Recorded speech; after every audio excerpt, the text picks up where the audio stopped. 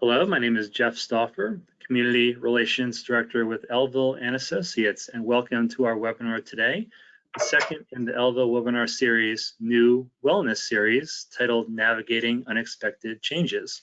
So how this will work today, if you're new to our webinars, if you are, welcome, we're glad you're here. And if you're a frequent webinar attendee, thanks as always for your support of our webinar series. So you as the attendee are in listen-only mode. However, if you have questions, and we want to encourage you to ask questions throughout as they help others learn, please note them in the questions panel on the right-hand portion of your screen, and we'll pause periodically and at the end to address them. And today's presenters will also pause periodically throughout the presentation to get your feedback regarding what they're discussing. You can interact through the chat box on your screen as well as the questions panel. We'd like this to be as interactive as possible, which we'll discuss further in just a moment. So you received a presentation by email from me yesterday for your convenience to take notes on it if you wish. So if for some reason you did not get the presentation from me, it is currently located in the handout section in the panel on the right-hand portion of your screen for download at this time. Everyone will also receive a post-webinar feedback email right after the presentation. And we do ask that you please just take a couple minutes to fill out this brief survey to offer us your thoughts about the presentation. So here at Elville & Associates, we always work every day with families, with clients, with ideals of client education, collaboration, and compassion in mind. And you should expect nothing less from us anytime you partner with us now or in the future. And we're always available for consultations to discuss your family's planning needs and look forward to being a resource to you in any way now and in the future. So at this time, I'd like to welcome back and turn the webinar over to our presenters, Ms. Ellen Platt of the Option Group and Dr. Michelle Fritsch of Retirement Wellness Solutions. And both are great friends of the firm. They've been presenting with us for a few years at this point, and it's always great to be with them. So I'll turn it over to Michelle and Ellen, and we'll go ahead and get started. So thank you again for being here. We appreciate it. Thank you, Jeff. For having us. Thanks. It's great to be here and appreciate everybody's time today. Hopefully we can impart some information that's going to be helpful, give you some tools you can walk away with, and be able to help you figure out how to manage unexpected things that might happen. So I'm Ellen Platt. I'm an aging LifeCare manager. I work with families to help them navigate longevity, whatever that means for them. And like Jeff and the Elville Law Group, we are also all about client education and collaboration and finding out the best care for people. So we're excited to be here and going to share lots of good information today. Michelle? Hi all, and I'm Michelle Fritsch. I'm a clinical pharmacist and the founder of Retirement Wellness Strategies, because in my many years in healthcare, I saw a disturbing trend where people were very successful pre-retirement, went into retirement without a plan, and their health declined rapidly. And as I got to know those hundreds of people, I realized it was completely preventable. So Retirement Wellness Strategies is here to give you a rock solid plan that we start before retirement comes. And so you're planning right alongside with your financial planning, right alongside with your estate planning for your health. And a big part of that is purpose. Who are you going to be in that next phase? So it's a joy of mine to be able to offer those services and would be glad to tell you more about them. But today, we're here to talk about navigating unexpected changes. And if you need to vent for a few minutes, go ahead and put into the chat the changes that you have found the most challenging. Because we know, especially in the last 2 years and really beyond that, so many things have come at you that you never expected. And you've had to kind of feel your way through and adapt to things as they come to you.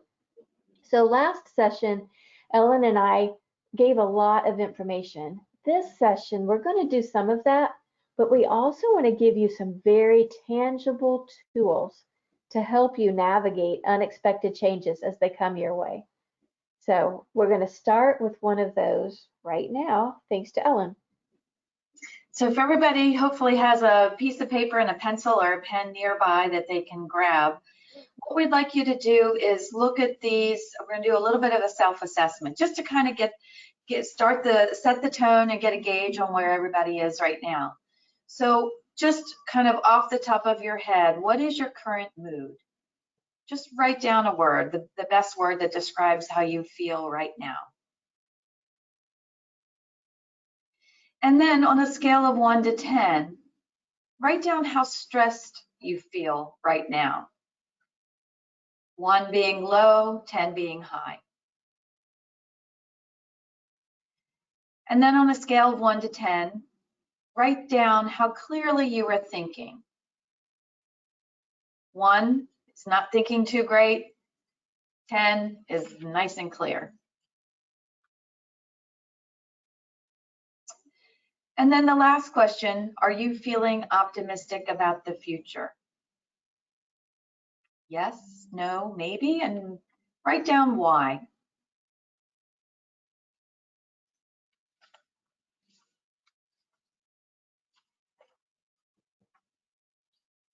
So you can save those answers and we'll come back to them towards the end of the program.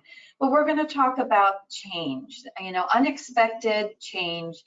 Change in itself is very unnerving. There are good stressors and bad stressors when it comes to change.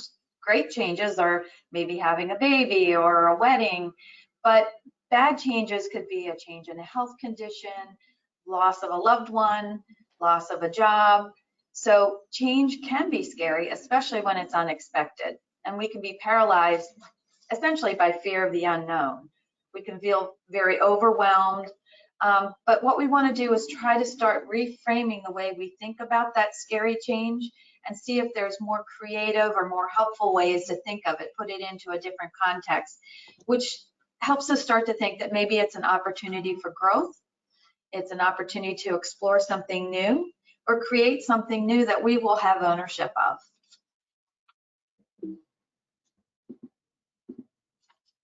So we're going to talk about when you have negative emotions, they tend to take over. They take over your brain's executive area, which is the area that's responsible for problem solving and thinking clearly, and it becomes constricted and works less effectively when you're experiencing fear, anger, and frustration.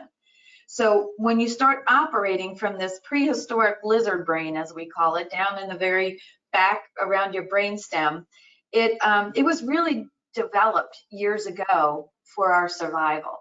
And you've often heard of fight or flight. And so that is where you start operating when you start getting overwhelmed with stress. And sometimes you're not thinking clearly or confidently or creatively when you're stuck in that prehistoric brain. It blocks our creativity and our problem-solving activities and abilities. And so what we want to do is figure out how can we stay at the top of the brain. And we're going to talk about Dr. Bill Crawford and some of the ideas that he has in a little bit. So I'm curious, how many of you have said in the last few years, I used to be creative. I used to be able to draw. I used to be a great problem solver. I used to be able to help people figure things out. But now I just can't do it anymore. I would be curious. I hear people say those sorts of things all the time. So we're going to shift gears a little bit and go deep into science for just a little while to help explain why that's happening and why you are absolutely not alone if you're feeling something like that. So I want you to just look at the colors on here, which are the parts of the brain, and I want you to focus on the yellow part, which kind of starts between or behind your eyes and all of the front of your head.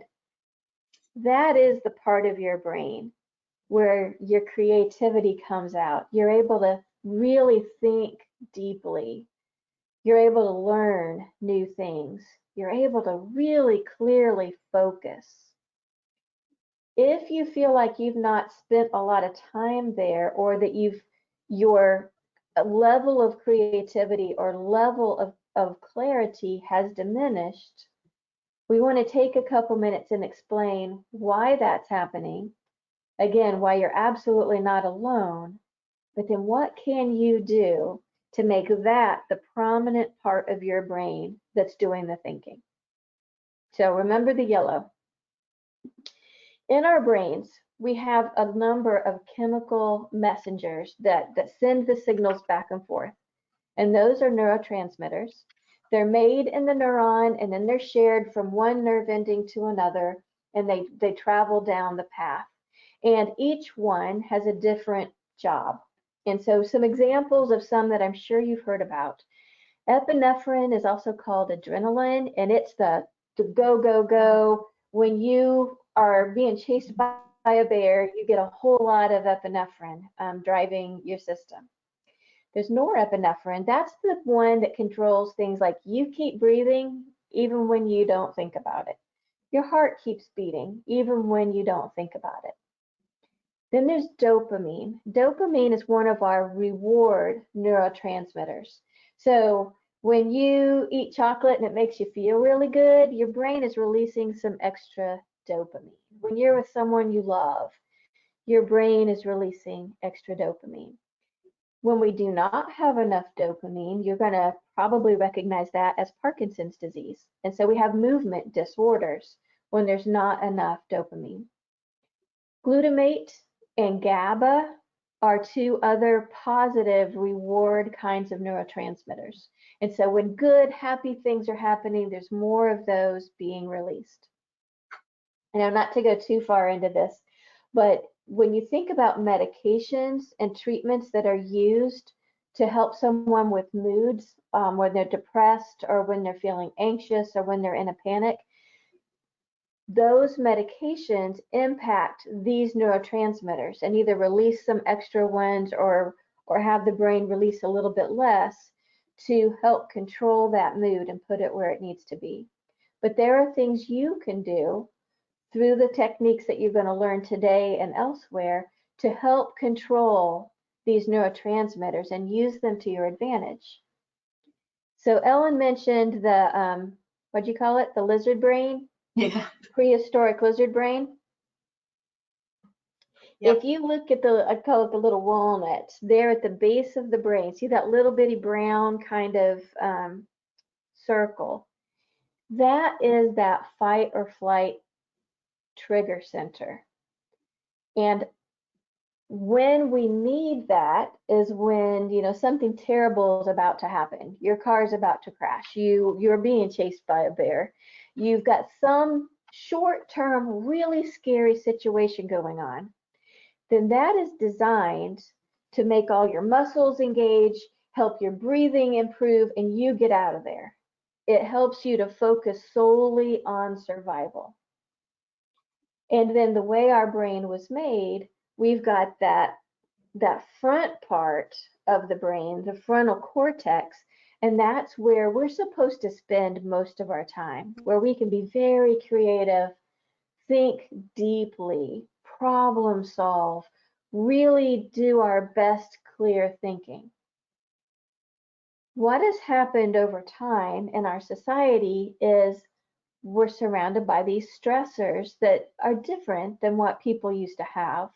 And especially if we allow ourselves to look at the stress, absorb the stress, be exposed to the stress on a regular basis.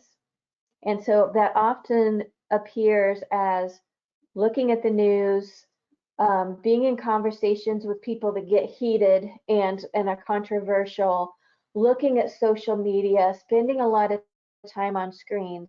It tends to trigger that amygdala, that fight or flight part at the bottom of your brain, and it keeps it active.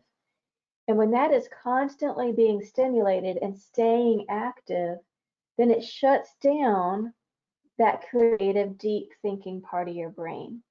And so the primary strategy here is to tell that lizard brain to be quiet, to stop feeding it, don't give it so much information, and allow the rest of your brain to take over.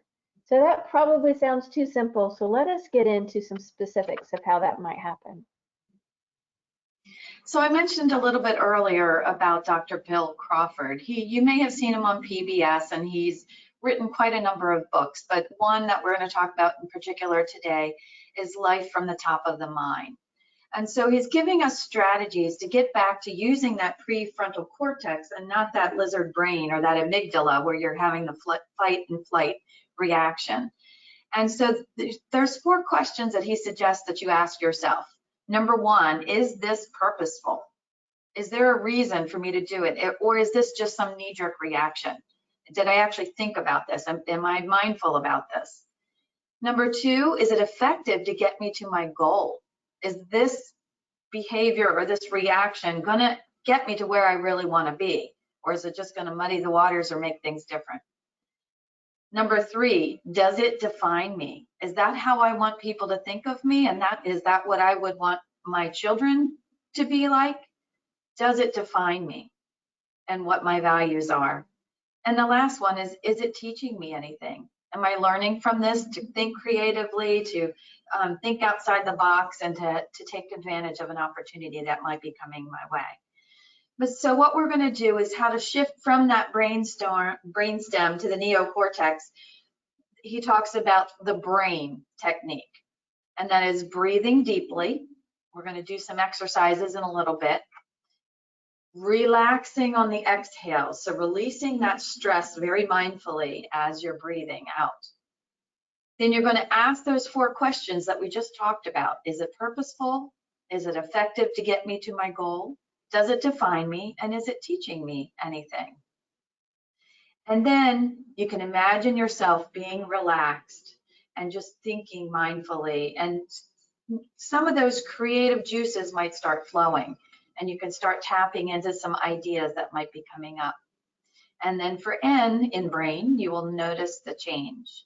And you may see that your parasympathetic system is just relaxing and calming down, and that creativity and that connection and thinking clearly and confidently is going to start coming out. And then you can use those tools, and that means you're shifting to that part of the brain where you're going to come up with better solutions to your situation. So we're going to talk about a number of scenarios, and we're just going to throw out a few just to give you an idea of when something unexpected happens. So you may be a witness to a car accident. You've got to think really quickly in those times, and you may have little time to process the situation, let alone react or do anything about it. So sometimes it can be life-threatening, maybe not to you or maybe the person in the accident, and it's always upsetting whether you're in the accident or whether you're a bystander. We talk about the legal documents. The best thing you can do is plan ahead and come up with a plan A and maybe even a plan B. So when it comes to avoiding situations that are unclear, planning as much as you can ahead of time and educating yourself about different scenarios, what's going to fit best for you and your family. And one of those examples is getting your planning documents for the end of life, because when it comes to an unexpected change or an unexpected scenario, it's really great to have some guidance that was well thought out. And again, not that knee-jerk reaction at the time of a crisis, and it just clarifies issues and gives you, you've already written down what your wishes are so that you don't have to think about it at the time when you might be operating a little bit more in that lizard brain. So having it written down, having that plan ahead of time is a great way to go. And when you see unexpected changes in a loved one, somebody who's aging, maybe cognitively, they're not able to make decisions anymore. And that's when you have those unexpected changes and some of your ability to make changes for the better are taken away from you because there has not been a plan in place. So it's really important to do that. Another example would be your mom's caregiver and now you need surgery. You know, you might be panicking, you might be thinking about all the details. Not only are you worried and anxious about your own surgery, you're also worried about what's going to happen with mom, who's really relying on you for care. And it may be somebody who's relying on care 24 hours a day. And that it gives a lot of anxiety. So it's planning ahead, again, is really important. Tapping into professionals who may be able to help you either navigate those situations or come up with some plans ahead of time and get a plan in place at the time of surgery. I had a woman contact me a couple of years ago who was 85 years old and getting ready to have surgery. And I thought she was asking me to come help her. She was actually calling me to help with her 105-year-old mother who was very progressed with dementia and living in her home. So what I ended up doing is actually care managing both of them, getting the daughter through surgery, getting through rehab, getting her back home, but also having a plan in place for mom while the daughter was out of pocket with surgery. So just again, thinking ahead, planning as much as you can, but sometimes there are unexpected scenarios. And so being able to think clearly about issues is really difficult when you're tired, you're exhausted, you're overwhelmed, you've been taking on a burden of caring for somebody for many years. It's really hard to do that. So we're here to support you however we can, and just trying to give you some tools to think ahead. So I'm going to add can I add a story real fast? Yeah, sure. I was at a conference a week ago, and there was about a 2-block walk between the hotel that was hosting everybody and the space where the event was taking place. And there was a man that had arrived early, and he was making that walk to go over and look at the space where he was going to be presenting and kind of get his thoughts together and be prepared for his presentation the next day. And as he was walking, ready to cross the street, he hears a crash. There's a hill off to his left. He hears a crash on the other side of that hill, and then here comes this pickup truck up and over the hill, out of control. It goes through and topples over some signs, and then head on crashes into a minivan that is stopped at the stoplight. It was obviously completely unexpected, impacted a lot of people, a lot of distance, and when he ran up, the driver was slumped over. So never did hear exactly what was going on, but obviously that driver was experiencing a medical emergency. And so the first responders arrived very, very quickly. The gentleman I was talking to realized there was nothing more that he could do, and so he left the scene and he went on to the building where he was preparing himself to give a presentation. And he said it took him hours to get to the point where he could focus on preparing for his presentation, and that was that whole adrenaline thing. It had just shut down all of the creative thinking. All he could think about was what he had just experienced and all of the emotions. You know, if that truck had veered a different direction, it could have run him over. It could have done more damage to the people in the minivan. So many things could have been worse, and that's where his brain went. And it took a while to shut it down. So it made me think more about unexpected things happen. And sometimes when those things happen, like a loved one is suddenly in the hospital or has passed away, we're called upon to make rapid fire decisions at a time when our brain just can't do it. So his story gave me kind of pause to think as we were preparing this presentation. So when we have that uncertainty, it does get very overwhelming and unnerving. So we're trying to think of ways to overcome it. And often we find that by having that a little bit extra clarity and confidence, by using the top of the brain, that we're using improvisation. We may have to try something that we've not tried before. It might be something new. It might be thinking outside the box, or it might be taking suggestions from somebody who's there with you, and you can collaborate. Sometimes two brains are better than one in an emergency kind of situation. Adapting very quickly, and don't fall into the trap of paralysis by analysis. I know that you guys have heard that before, and really when somebody just gets frozen and they don't know what to do, so their decision is to do nothing. And sometimes that may or may not be the best decision, because oftentimes urgent kind of situations require some type of adaptation. So being flexible and open-minded and using that creativity is really important to figure out a way to do it. And trying something new, if it didn't work before, you might want to try something different. And it might come up with a new strategy that you have learned that you can even use if it ever happens again. Absolutely. Jeff, we've given a lot of information in a pretty short period of time. Has anyone posted any questions or comments for us to think about? We don't have any questions or comments yet, but please, by all means, everybody, as we mentioned before, go ahead and comment at any time, and we can pass that information along to Michelle and Ellen. Now would be a great time to do so. I'm sure there's some thoughts. I have some thoughts, but I'll keep them to myself at this time. But I'm listening intently too. So Great. I can't imagine that we're not all relating to this in some way. So would love to hear your stories and ideas of what you've done.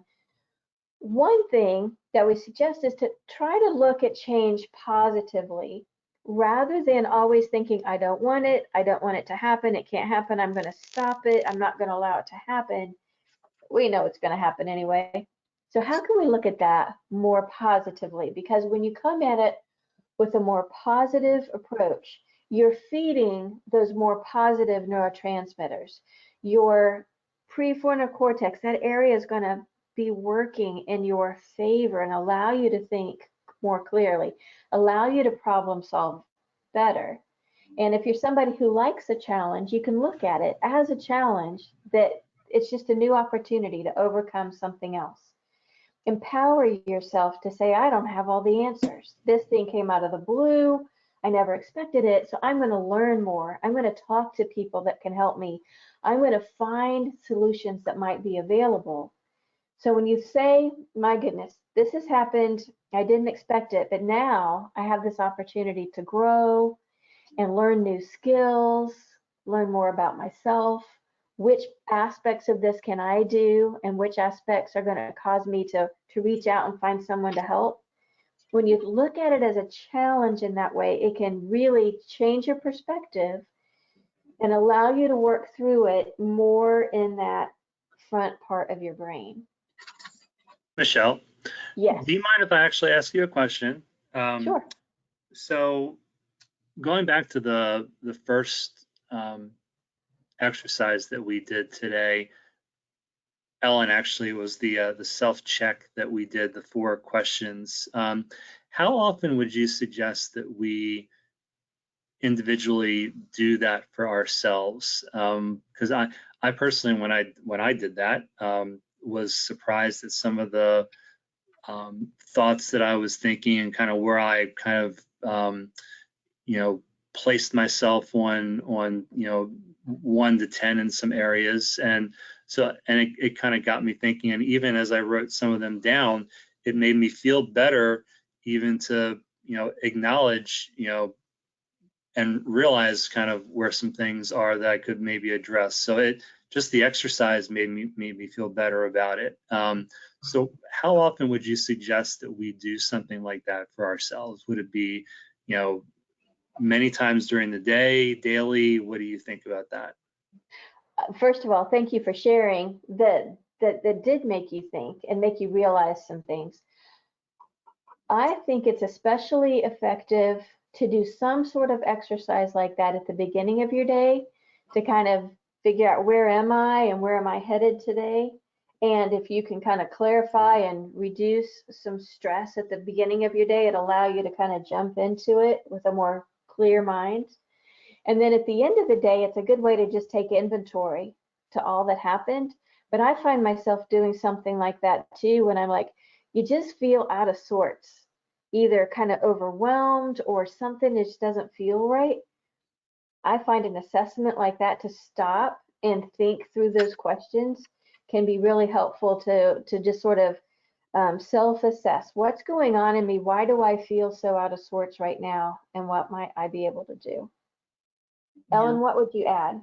Yeah, I was going to say the same thing. First thing in the morning, especially when you're getting up, and it kind of sets the tone for the day, or it gives you that little red flag to say, well, gosh, I'm not thinking as clearly as I thought. It's very, very mindful way of getting a quick assessment on how you're feeling today.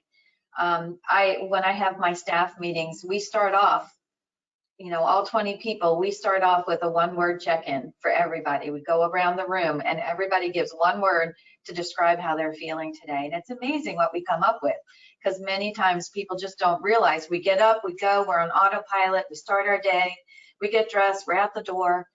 And not taking the time to just mindfully think, how am I doing? Do I need something extra today? Do I need to ask for help?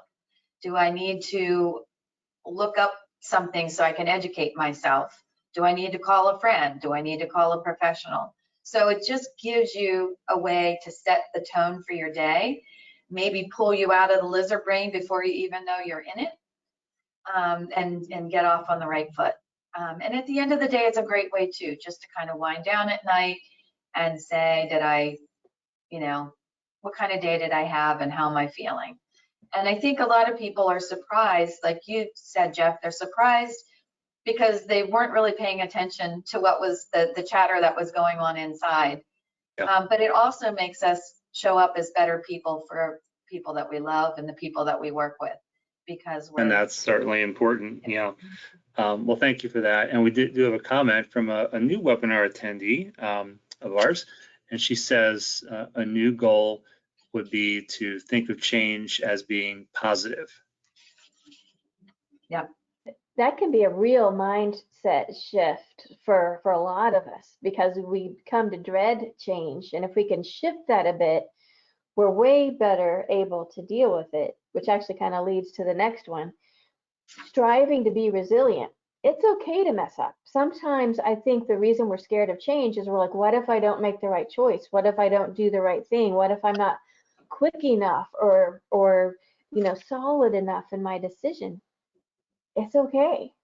We all mess up every day. We mess at least one thing up. I know I do. And so, but in doing that, that's where we learn, and we're one step closer to success. Rarely does that initial mistake have lasting repercussions. You've got a do-over opportunity. You can determine that didn't work. That was really, really a bad choice, but here's something I could do instead. And so I guess part of that's kind of be kind to yourself and be willing to just try something, knowing that it's either going to work or you're going to learn from it and then make a better choice. So a piece of it too is just understanding who we are as humans, because we all have our biological needs. We all have our psychological needs. We all have this social group that we need to be able to rely on, and we are all spiritual beings. No matter how we look at that, we all have these elements. And so with that in mind, each of us, no matter where we are in our life right now, we need to have some direction, to feel like that what we're doing has meaning and purpose. Whether that is, taking care of a loved one, or whether that is something to do in your job, or whether that is raising children, or whether that is helping in your community in certain ways. And it might be many of those, but we all need that sense of meaning and purpose. We all need to feel like we belong. I'm important. People care about me. I belong. And then we all need to love and be loved. And so I know some of you are thinking this is probably too out there or whatever, but when you look at the very basic core of being a human, we share these things. And so when you think about how important these are, as you're navigating change, allow yourself to sort of explore how you're going to get through that change in these many aspects of who you are as a person, and recognize that there are people around you who are willing to come in and help you navigate when you're finding it difficult to do on your own. So maybe those are professional people, maybe those are your social network, maybe those are your spiritual network, maybe those are people that have navigated similar changes before and can share with you their experiences. So allow yourself to be needy in each of these areas, because we all are. And that just sort of helps to illuminate that it really, things are so interrelated that it's rarely is it a black or white problem. There's lots of gray in between, and responses might be right for one person and not another. So it's a very individualized process, but it really is very interwoven with spiritual, social, psych, and bio. Yeah. And along those lines, because this is so true of all humans, there are a number of great books out there. If those intro questions or anything we've talked about has sort of spurred your interest and you're like, I want to better understand this, I know this is kind of hard to read, but we'll make sure you've got access to these books and more. If you have some favorites and you don't see them on this list, certainly, recommend them to all of us so we can explore some other readings as well. But I know several of these have really changed my thinking. Actually, some of them are sitting right here. And they've allowed me to problem solve in very different ways because I would never have come up with those solutions by myself.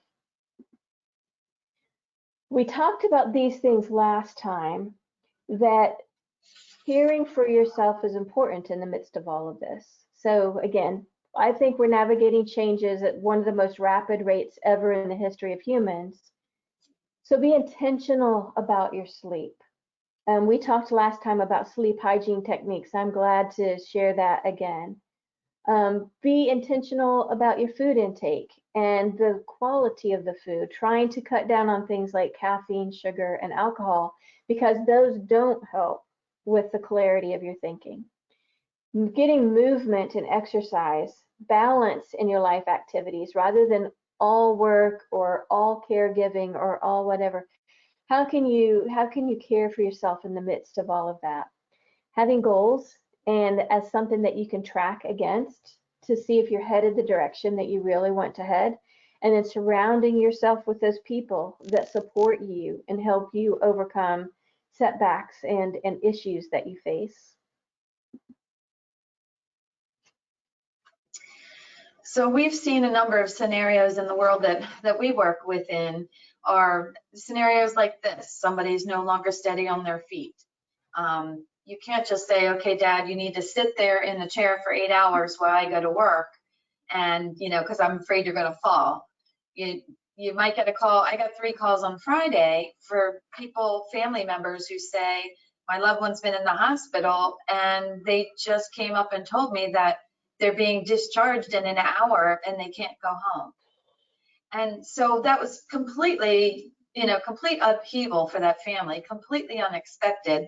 And it makes those challenging situations even worse. Maybe somebody has dementia, now they can no longer be left alone.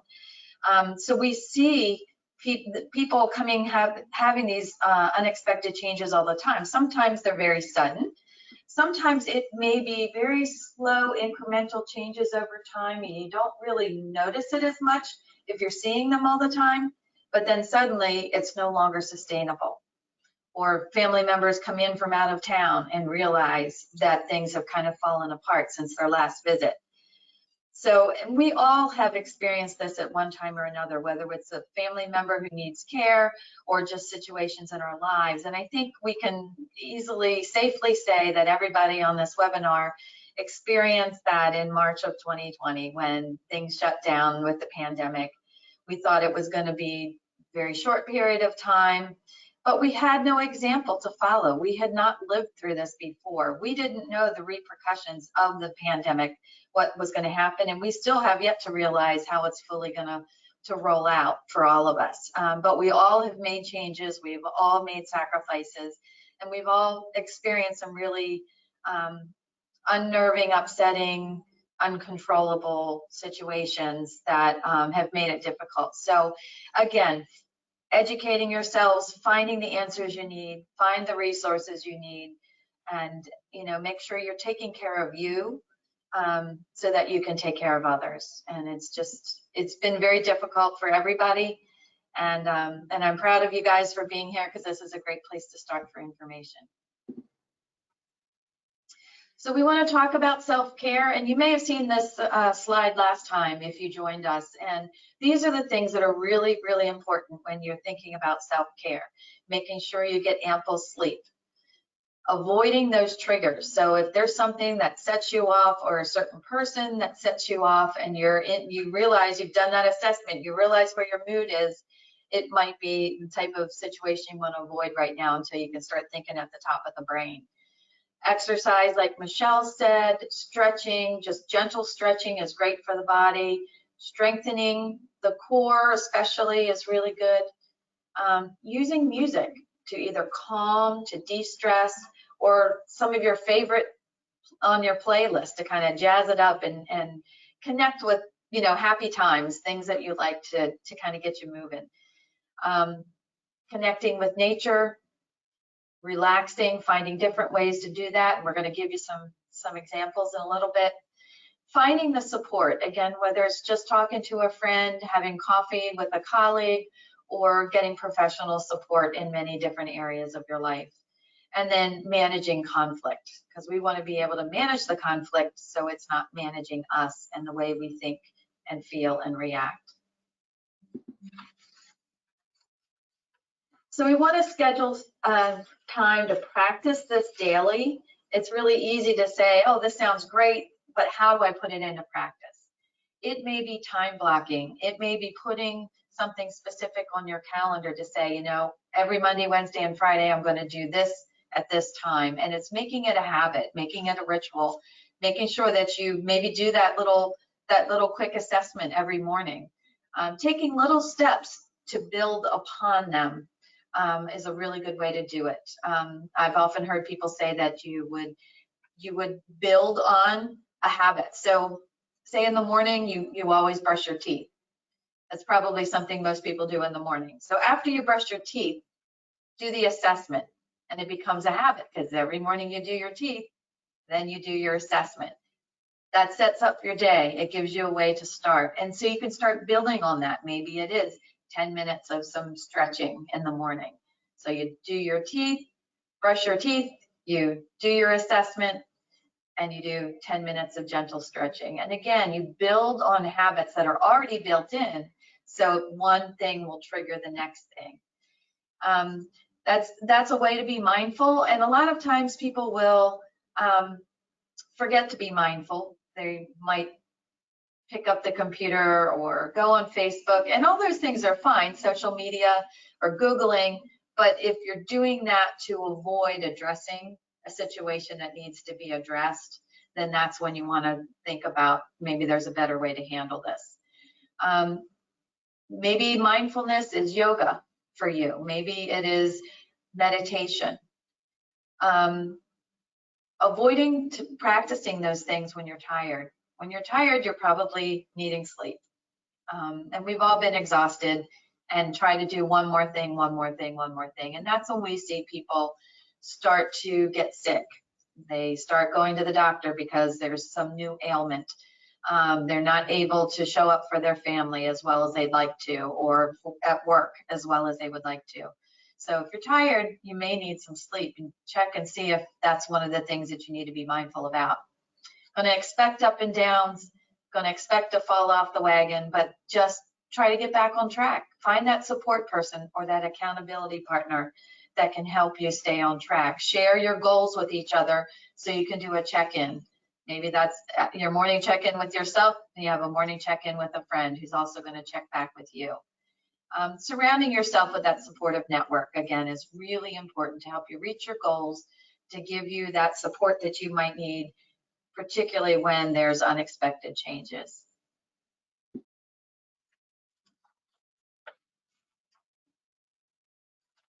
So I'd like you to pull out that piece of paper that you have again. And we're going to just write down these questions. It's not going to be something that you can do right now because we'd like you to really take time and just think about it when you have some extra time and do some journaling. So if you can just write down the questions, and then when you have some quiet time, try to answer them. Just free flow. Let the answers come out. You may be surprised at what you learn about yourself. So the first one is, how much do you like change? The next one would be, how relaxed do you feel on a scale of 1 to 10?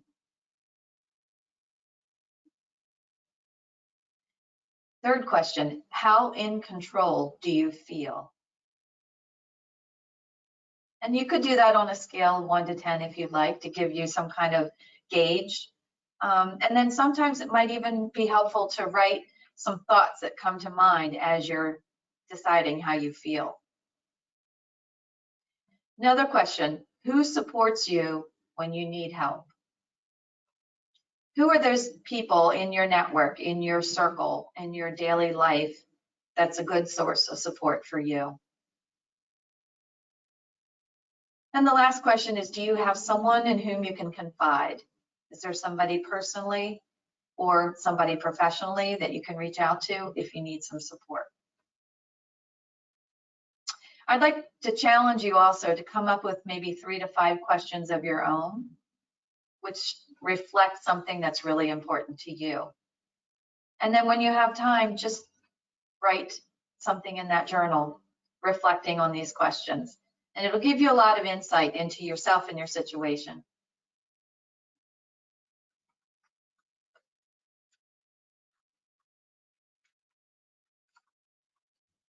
I muted myself. When you're journaling, there aren't grammatical rules. So don't get hung up on trying to write proper sentences or be grammatically correct. You can make one continuous stream of thought if you want to. It's just amazing how much it helps us process things when we take the time to write them down. No one else ever has to see it besides you, but just to get these ideas and these thoughts out of you, we're in a place where you can see them, can be incredibly therapeutic. And I don't fully understand how this works, but there's something about writing and you cross the midline that stimulates your brain to think more creatively. And so differently than even typing something is if you actually physically write it, it allows you to process it more deeply. Another thing you can do with these questions is revisit it in a couple of months and write again, answer to the same questions, and then compare it to the one that you had done prior to that. And a lot of times you'll realize that you actually have made progress. You may not realize it, but as you start thinking creatively, thinking outside the box, educating yourself and getting the supports, you might realize when you answer that question later, the answers are quite different. Very true. Just a few more scenarios. Again, when we think about change, and we wanted to challenge you to put yourself in the experience of some changes you've probably already navigated or you see on your horizon. So reaching a point where both parents need assistance. They've been completely autonomous, doing their own thing, and suddenly they need your input. A sudden health event, whether that is you or a loved one, that just completely changes everything. I spent part of the weekend in the pediatric ICU with some friends because their son went from one of the healthiest kids you could ever know to fighting for his life in what felt like a split second. So we don't know when those things are going to happen. I'm happy to report he is definitely in the process of getting better. And then memory decline. And that is something that can seem like it is sudden or be incredibly pervasive, and you just see that downhill decline over time. And there are so many decisions that have to be made about safety and proper living environment and such when someone is navigating those sorts of changes. So Ellen, I know you see these every day. Anything you would add here?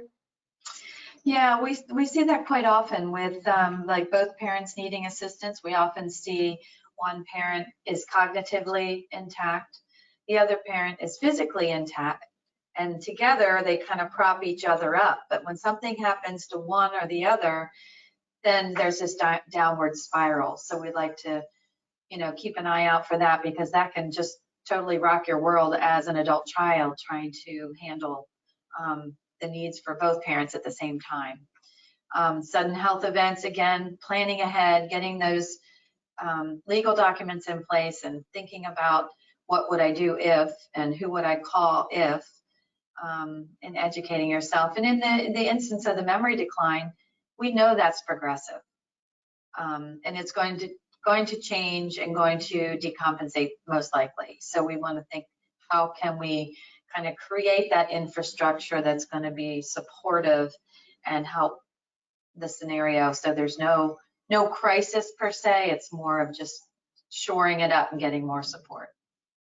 Great point. And as a pharmacist, I'd be remiss if I didn't say, when we talked earlier about someone who's no longer steady on their feet, or somebody who we're just now noticing memory decline, those things are so often caused by medications. And so one of the early steps of navigating those is to have a really detailed assessment of all of their medications, and with the healthcare team, carefully removing any that could be causing that problem. I've seen countless people suddenly be autonomous, but again, once we got rid of the medicines that were causing those problems. So wanted to mention that piece of it. So we're nearing the end, and I want to have plenty of time for discussion. But just once again, encourage you to think about these self-care techniques, and as you're journaling and as you are implementing the tools that we're talking about today, find 1 or 2 or 3 of these that you want to add into your strategy list as we finish today. What are some areas you could improve upon on this list? And then from there, kind of keep track of, as you implement these in your life, how much change do you see? How did these change your responses to those questions? Great. So we're going to finish today with some breathing exercises, and I'm going to teach you the tools, and I'd like you to try them as best you can in this situation, but it'd be great for you to try it another time when it's quiet, there's not going to be any disruption, and you have time to relax and really just fall into the breathing exercises and the meditations. So I did have a piece of music that I wanted to play, but unfortunately through this technology, we had difficulty making it so you could hear it. So I think we're going to give Jeff a link to a piece of music that you could try the breathing exercises with when you're practicing by yourself. But initially, let's just sit in our chairs, sit upright, feet flat on the floor, arms resting on the armrest or in your lap. Just take a couple of deep breaths. Deep breath in for the count of 5.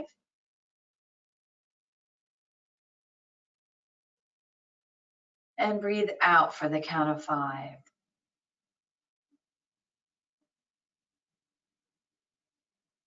Think about the muscles on your shoulders. Breathe in for the count of 5. And when you breathe out, let all the stress from your shoulders go. Breathe out, just let it go. Just imagine it leaving with your breath. Breathe right there in your shoulders there for a couple more breaths. Breathe in for the count of 5. Focus on your shoulders. And breathe out for the count of 5. And feel that stress leave your shoulders.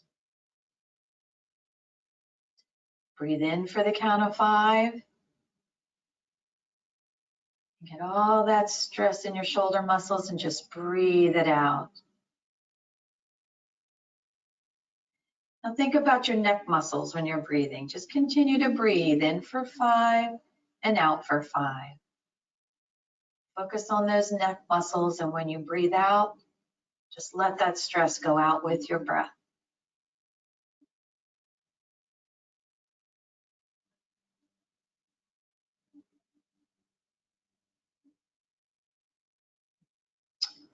Think about the muscles around your eyes and your jaw and your tongue. Just let them relax. When you breathe in, think about those muscles, and breathe out and just let it go.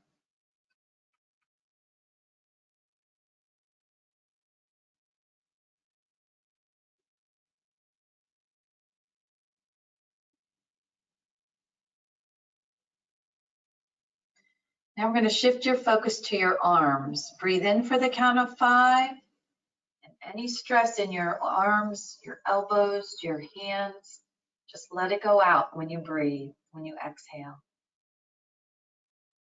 In for the count of 5. And release for the count of 5.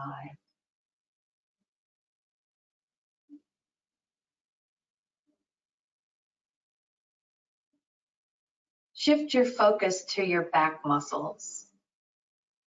In for the count of 5. And release all that tension out for the count of 5.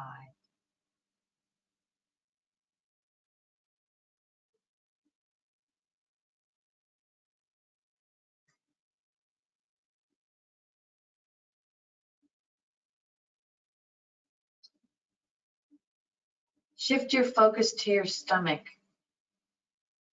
And when you breathe in, let your stomach fill up with air as well. And just let it go when you exhale.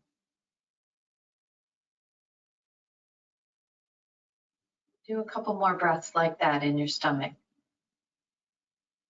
Fill your chest and your abdomen with air and release the tension.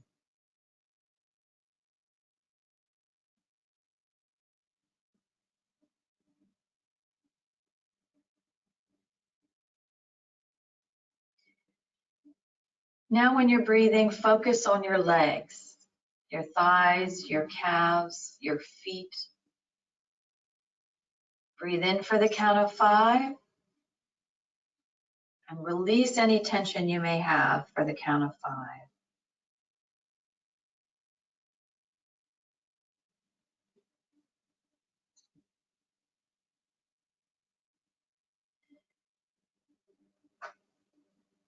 As you're breathing, do a scan of your body, all the areas that we've focused on. See if there's any residual stress in any of those muscles. And breathe into that area a little bit more if you need to. In for the count of 5 and release for the count of 5.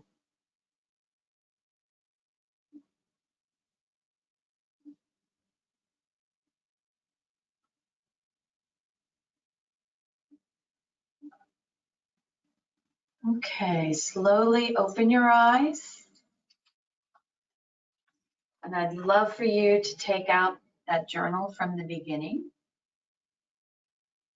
And I'd love to answer you those questions again. You can write right next to the first answer. What is your current mood?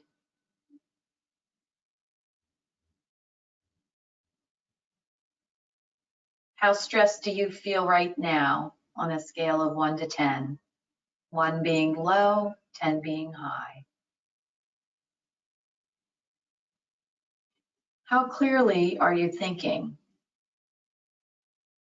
1 being not clear, 10 being very clear.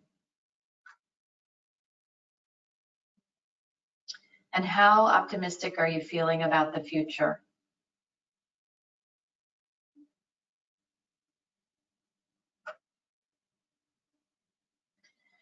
So now I think it might be interesting for some people to compare what it was from the beginning, and you got some tools and information and education, and then you actually practice some deep breathing and stress relaxation. I'm hoping that you see some of those, especially the 2, the being stressed and how clearly are you thinking. I'm hoping that you see those scores improve. But I think we're going to wrap it up. Jeff, if anybody has questions, feel free to share them with us. We want to allow a little bit of time to address anything that is left out there that people might have questions about. Well, 1, I need to wake up a little bit after that breathing exercise. 2, after reevaluating my scores, I will say I'm a believer in what you're teaching, because my scores have improved dramatically after that exercise and listening to what you've had to say. I'd love to hear. We have a somewhat quiet audience, which is fine. I think people are kind of listening and taking in what you're saying. I'd love to hear some feedback right now, just as far as if people are experiencing kind of what I've just experienced. So as we wrap up here, but I would really just like to thank Michelle and Ellen again for wonderful information, such important information. I know we do a lot of legal topics here, covering a lot of things that we do here at the firm, and we have a lot of different guest presenters as well. But this is something that's a little bit out of the box for us. But at the same time, it really isn't. It's about helping people, helping ourselves, and what's more important than that? So when Ellen and Michelle and I got together to talk about this, you know, it was just something that we immediately wanted to jump on. So, so we have somebody saying my stress has been cut in half. I'm better thinking, more optimistic. It's great to hear. Wonderful. What other feedback are we getting from others? An old friend of the firm. I'm sorry, I didn't mean to call you old, Roseanne, but a friend of the firm I've known for a long time, I should say. Love the topic, and the ladies were great presenters. Thank you. Thank you. Thank you so much, Roseanne. We need to get together for lunch. Keep saying that. And it's great to hear. I mean, that exercise that we did took about 5 minutes. So just to realize that much relief or release in that short amount of time is just being mindful and doing it can make a big difference in your mindset. And just 5 minutes of just doing that for 5 minutes. I mean, is that worth getting a much different outlook on where things maybe weren't as positive or clear to you? I think so. I mean, for me, it sure was. See if we have any other thoughts. So I'll just wrap up just briefly. I'll send out the video and the slides from today. I'll have that out by tomorrow morning. The third part of our wellness series, November 16th, which is, as always, these are the third Tuesday at 1:30 of each month. November 16th at 1:30, taking charge of your health journey. And we'll be talking about specifically self-care is the most important gift you can give yourself this holiday season. And holiday season is right around the corner. It's earlier and earlier every year. So learn tangible techniques you can implement to feel your best self. So please join us for that and share with your friends and family and coworkers and anybody else that you know. I think it'd be well worth the hour of your time. So let's see. And we have some other Elville webinar topics we have coming up this week. Please check out our events calendar. We have trustee selection tomorrow. We have estate planning essentials tomorrow. We've got a busy day tomorrow. I think I'll need to do some relaxation techniques as well tomorrow.